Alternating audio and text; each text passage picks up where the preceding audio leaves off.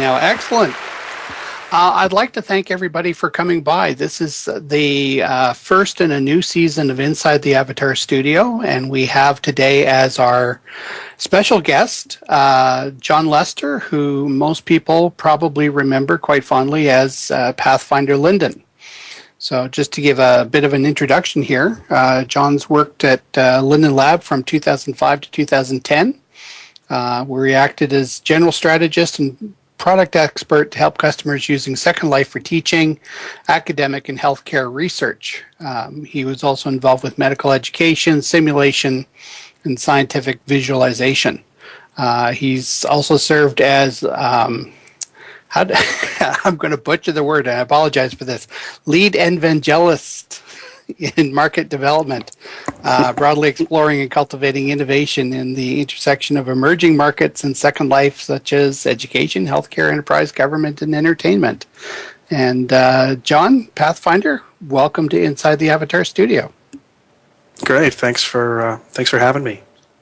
Oh, but most welcome. I mean, I'm not sure if a lot of people realize, but we were actually quite fortunate that you've actually come on board with us here at Rockcliffe as one of our board of director members, as one of the advisory board.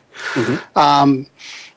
Part of the lecture that you were giving at the SLCC, you actually mentioned that you're on the advisory board for a number of other organizations as well, not just Rockcliffe. Did you want to give a little bit of an idea in terms of which other organizations that you've been associated with, and to a certain extent, why those particular organizations? Sure. What's the sort of common thread that's running between them?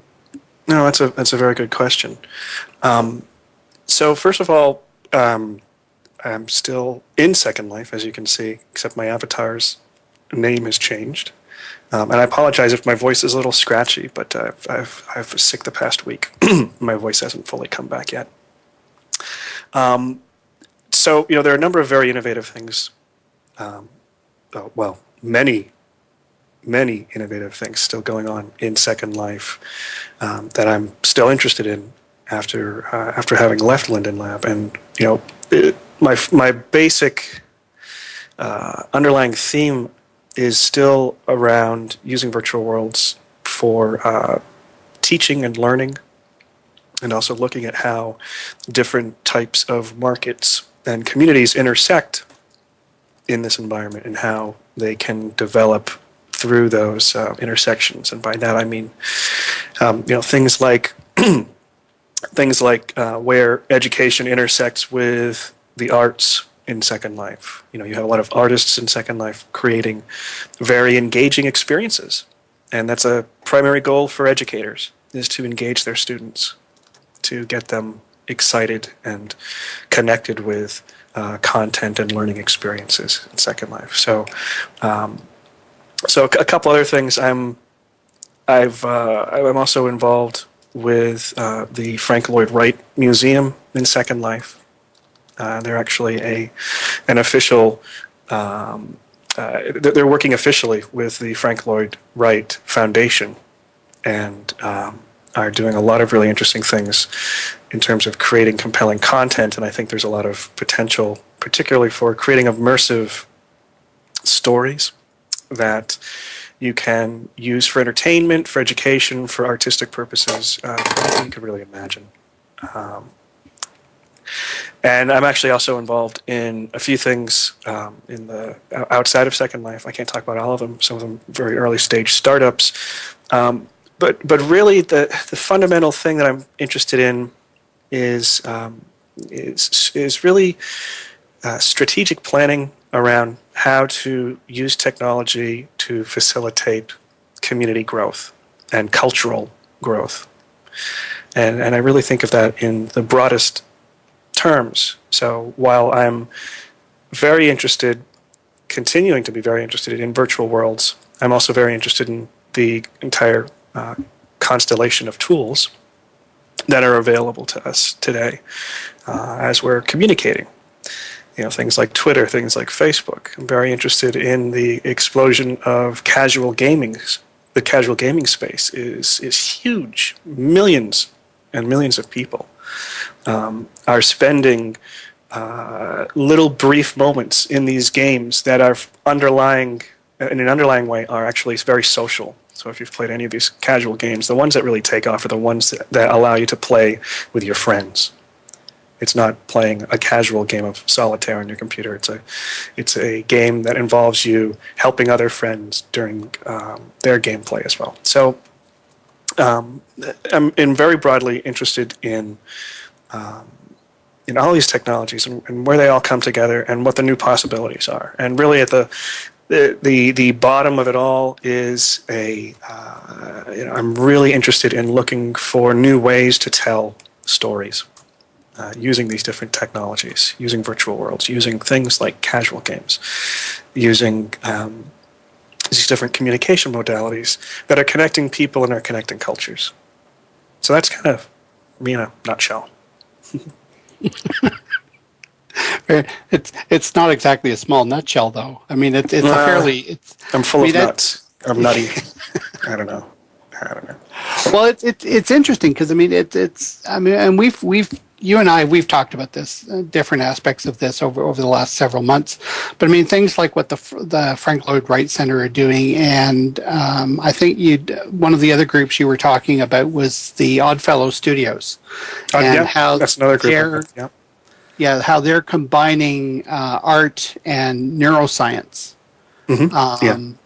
And I mean, it's to a certain extent. I mean, that's a fairly fascinating combination of things that they're sort of working on. So, when you're looking at the integration of the physical and the virtual, and we're looking at new ways to tell stories, how do you see something like what they're working on sort of leading us into, I guess, sort of next steps or changes in paradigm or what we see sort of coming up in the future? Mm-hmm. Good question. So with Oddfellow Studios, they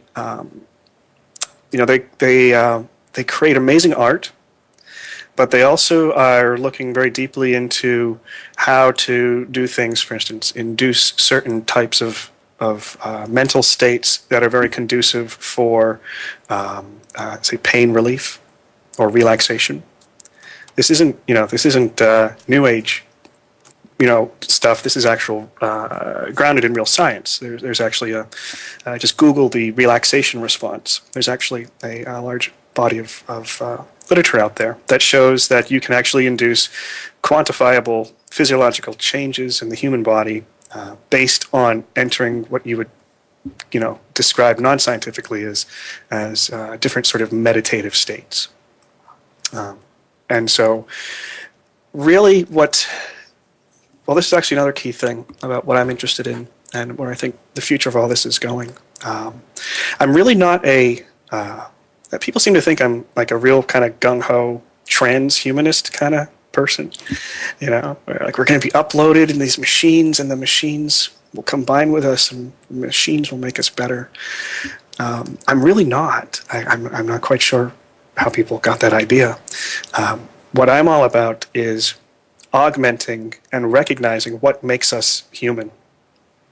So, for instance, one thing that makes us very human is our desire to communicate with each other. So, if you improve the ability to communicate, if you improve the emotional bandwidth of those tools so that you can convey very subtle things. Think of all the data that's involved in the complexity of our body language and our facial expressions. When we communicate, if we can increase emotional bandwidth in interesting ways, in creative ways, then we augment what makes us human. So we're basically, we're not becoming more than human, we're becoming more human and better connected. And that's actually that's kind of a running theme. I have a blog that I've been posting a bunch of my thoughts about this. It's I'll type it in chat here. It's be cunning and full of tricks.com. There we go. Let's see here. There we go. So one of my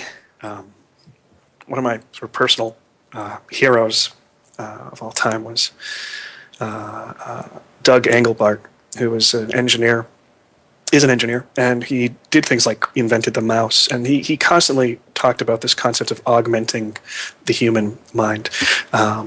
And so that's something that I'm very interested in. Oh, emotional bandwidth. Okay, for instance, let's see. An example, text. Text has a limited amount of emotional bandwidth to do things like convey real-time facial expressions. So, for instance, I'm looking back in the public chat here, and I see, Lawn Runner used an emoticon. Why do we use emoticons? We use emoticons because you can't see the person's face as they're typing a sentence. But they're primitive, exactly. So you're kind of like, it's a hack. Emoticons are hacks